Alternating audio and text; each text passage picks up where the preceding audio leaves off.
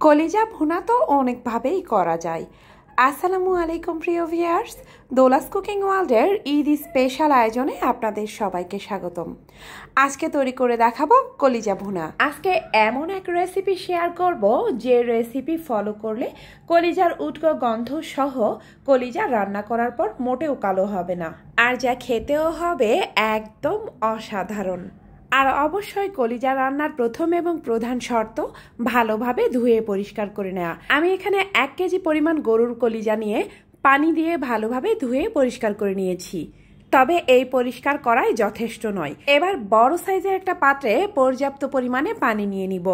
এই পানির সাথে অ্যাড করে দিব 3 থেকে 4 টেবিল চামচ পরিমাণ হোয়াইট ভিনেগার বা সাদা সিরকা। হাতের কাছে না থাকলে লেবুর রস দিলেও চলবে।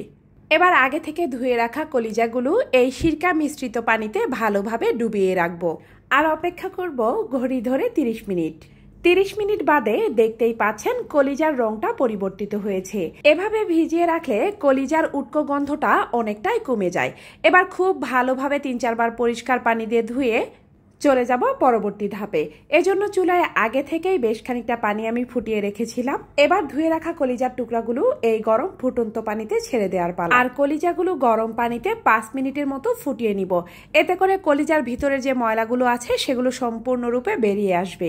আর 5 মিনিট বাদে ফুটন্ত গরম পানি থেকে কলিজার টুকরাগুলো তুলে নিব।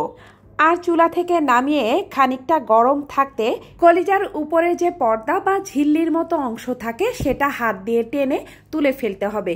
মূলত এই পর্দার কারণেই কলিজা রান্না করার পরেও শক্ত হয়ে যায়। শুরুতেই যদি এই পর্দাটা এভাবে তুলে নেওয়া হয় তাহলে রান্নার পরেও কলিজা থাকে সফট। তবে এই কাজটা একটু গরম থাকা অবস্থাতেই করতে হবে, ঠান্ডা হয়ে গেলে এই পর্দা উঠতে চায় না।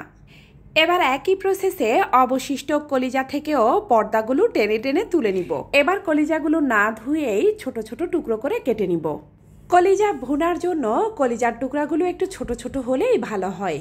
আর এই তো এরই মাঝে এই সমস্ত কলিজাগুলো আমি ছোট ছোট টুকরো করে কেটে নিয়েছি।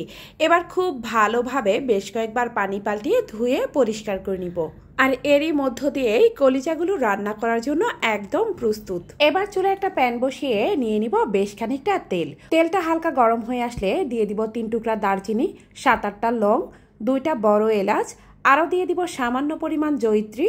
এর সাথে দিয়ে দিব 7-8টা ছোট এলাচ আর 2টা তেজপাতা মাঝখান থেকে ছিঁড়ে দিয়ে দিব। আর এই মশলার সাথে অ্যাড করে দিব 1/2 চা চামচ পরিমাণ কালো গোলমরিচ। এবার সবকিছু নেড়েচেড়ে 30 থেকে 40 সেকেন্ডের মতো ফ্লেভার ছড়ানোর আগ পর্যন্ত ভেজে নিব। সুন্দর একটা ফ্লেভার বেরোলে এর সাথে অ্যাড করে দিব 1.5 কাপ পরিমাণ পেঁয়াজ কুচি আর 7-8টা কাঁচামরিচ, যেগুলো মাঝখান থেকে ভেঙে দিয়েছি। এবার সবকিছু নেড়েচেড়ে একটু লাল লাল হওয়ার আগ মুহূর্ত পর্যন্ত ভেজে নিব।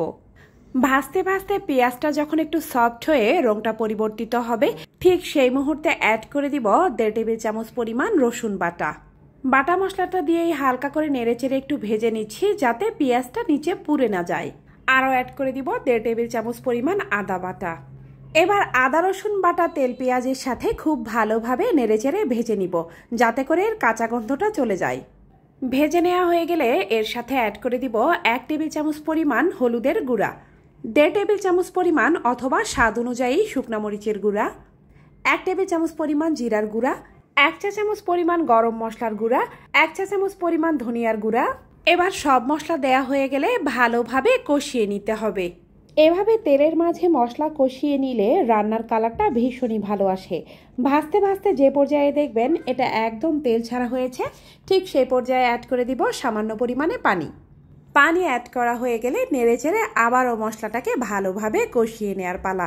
একটা বিষয় খেয়াল করেছেন কি, মশলার মিশ্রণে এখনো লবণ দেওয়া বাকি, লবণটা পরে অ্যাড করে দিব। রান্নার ফাঁকে অপরদিকে একটা বাটিতে নিয়ে নিব 2 টেবিল চামচ পরিমাণ টক দই। টক দইটাকে প্রথমেই খুব ভালোভাবে বিট করে ক্রিমি টেক্সচার দিয়ে নিব। আর এর সাথে অ্যাড করে দিব সামান্য পরিমাণে পানি। এবার খুব ভালোভাবে মিশিয়ে একটা সাইডে রেখে দিব রান্নাতে ব্যবহারের জন্য। এদিকে আরও বেশ কিছুক্ষণ সময় নিয়ে মশলার মিশ্রণটা কষিয়ে নেওয়া হয়ে গেলে এর সাথে অ্যাড করে দিব আগে থেকেই পানি দিয়ে ফেটিয়ে রাখা টক দই। টক দই সমেত আবারও মশলাটা নেড়েচেড়ে কষিয়ে নেওয়ার পালা। টক দই দিলে রান্নার স্বাদ যেমন বাড়ে বহুগুণে, একই সাথে রান্নার রংটাও থাকে বেশ। আবারও নেড়েচেড়ে ভালোভাবে কষিয়ে নিয়ে এর সাথে দিয়ে দিব 1/2 কাপ পরিমাণ পানি। ভালোভাবে নেড়েচেড়ে ফুটে ওঠা পর্যন্ত অপেক্ষা করব। আর মশলার গ্রেভিতে এই পর্যায়ে অ্যাড করে দিব আগে থেকে ধুয়ে পরিষ্কার করে রাখা কলিজার টুকরা। এবার কলিজা সমেত ভালোভাবে নেড়েচেড়ে কষিয়ে নেওয়ার পালা। কষানো যত ভালো হবে রান্নার স্বাদটাও কিন্তু ততই ভালো আসবে। ভালোভাবে নেড়েচেড়ে মিশিয়ে নেওয়া হয়ে গেলে ঢাকনা দিয়ে ঢেকে রান্না করে নিব 10 মিনিটের মতো। 10 মিনিট বাদে ঢাকা খুলে নেড়েচেড়ে ভালোভাবে কলিজাগুলো কষিয়ে নিতে হবে। ততক্ষণ পর্যন্ত কষাবো যতক্ষণ পর্যন্ত কলিজা থেকে তেল না ছেড়ে দেয়। দেখুন খুব ভালোভাবে তেলটাও অ্যাবজর্ব হয়েছে। এবারে অ্যাড করে দিব স্বাদ অনুযায়ী লবণ। নেড়েচেড়ে ভালোভাবে মিশিয়ে নিব। শুরুতেই কলিজাতে যদি লবণটা অ্যাড করে দেন তাহলে কলিজাটা একদম সেদ্ধ হয়ে শক্ত হয়ে যায়। আর এ পর্যায়ে কলিজাতে অ্যাড করে দিব প্রায় 1 কাপ পরিমাণ গরম পানি।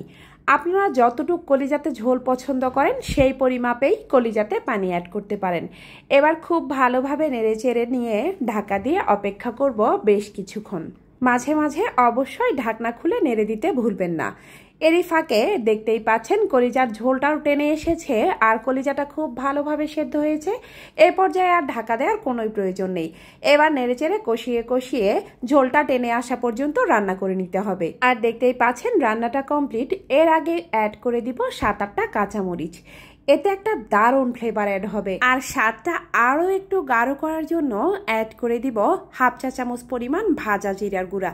এটা অপশনাল, চাইলে দিতে পারেন, আর না দিলেও সমস্যা নেই। আর এই তো কলিজা ভুনা একদম তৈরি। গরম গরম এই কলিজা ভুনা ভাত, রুটি, পোলাও যে কোনো কিছুর সাথেই ভীষণ ফ্লেভারফুল। চলে এলাম পরিবেশনে।